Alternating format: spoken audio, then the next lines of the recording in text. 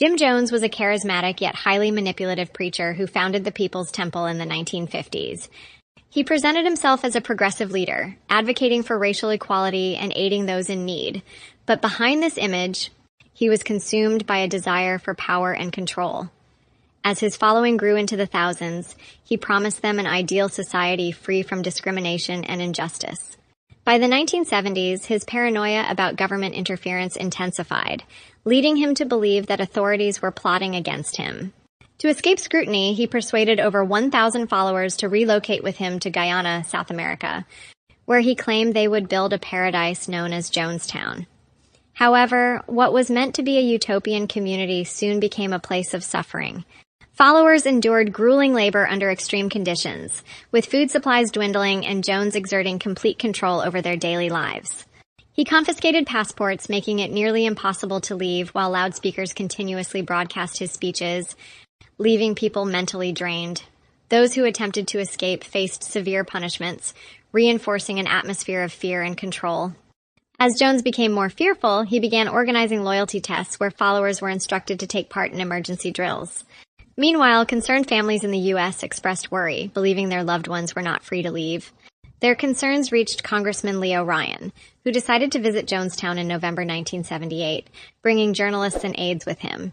Upon arrival, Jones presented a welcoming environment, but some members secretly passed messages to Ryan's team asking for help.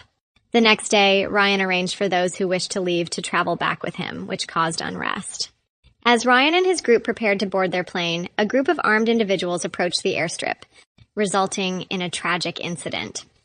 Some people managed to escape into the jungle, but Jones realized the situation was beyond his control, and outside authorities would soon respond.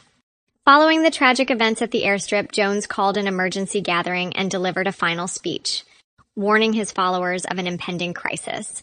He claimed that outside forces would arrive, bringing harm to their community. He insisted that the only solution was to take a final stand together.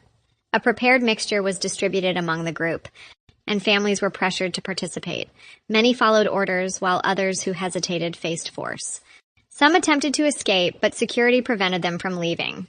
In the end, hundreds of lives were lost, including many children. Authorities later discovered the heartbreaking aftermath, marking it as one of the most devastating incidents of its kind. The tragedy left survivors and the world in shock, serving as a lasting reminder of the dangers of extreme influence and control. After the tragic incident, Jones called an emergency meeting and delivered his final message. He told his followers that the U.S. military would soon arrive and cause harm to their families. He claimed that the only way to protect them was to take their own lives. A harmful substance was prepared for the group. Parents were instructed to give it to their children first and then to take it themselves. Those who refused were faced with severe consequences. Some attempted to flee, but armed guards pursued them. In the end, 918 people lost their lives, including 304 children. Jim Jones was later found dead from a gunshot wound, and it remains unclear whether it was self-inflicted or not.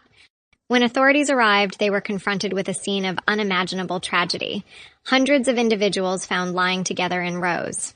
It marked one of the largest and most devastating mass loss of life events in modern history. In the aftermath, survivors, including Jones's son, were left to cope with the profound shock and emotional trauma caused by the horrific events. The incident sent shockwaves around the world, drawing attention to the extreme dangers of manipulation and control within isolated communities. It served as a stark reminder of the power of groupthink and blind obedience. Today, the phrase "drinking the Kool-Aid," though it was actually Flavor Aid, continues to be used as a chilling reference to unquestioning compliance, reminding people of the dangers of losing personal agency and following a leader without critical thought.